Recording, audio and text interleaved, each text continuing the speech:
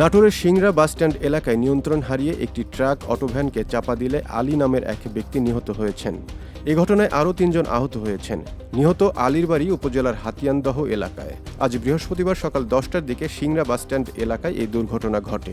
Police ও স্থানীয় সূত্রে জানা যায়, বগুড়া থেকে নাটোরগামী একটি ট্রাক সিংড়া বাসস্ট্যান্ড এলাকায় পৌঁছালে ছাগল বিক্রির উদ্দেশ্যে যাওয়া কয়েকটি অটোভ্যান হঠাৎ উল্টো পথে চলে আসে। এ সময় ট্রাক চালক নিয়ন্ত্রণ হারিয়ে একটি অটোভ্যানকে চাপা দেয়। এতে ঘটনাস্থলে আলীর মৃত্যু হয়। দুর্ঘটনায় গুরুতর আহত আরও ৩ জনকে উদ্ধার করে সিংড়া উপজেলা স্বাস্থ্য কমপ্লেক্সে ভর্তি করা হয়েছে। সিংড়া থানার ভারপ্রাপ্ত কর্মকর্তা ওসি রফিকুল ইসলাম জানান, অটোভ্যান চালকরা উল্টো পথে উঠে যাওয়ায় দুর্ঘটনাটি ঘটেছে বলে প্রাথমিকভাবে ধারণা করা হচ্ছে। আহতদের দ্রুত হাসপাতালে নেওয়া হয়েছে এবং এ ঘটনায় পরবর্তী আইনগত ব্যবস্থা প্রক্রিয়াধীন রয়েছে।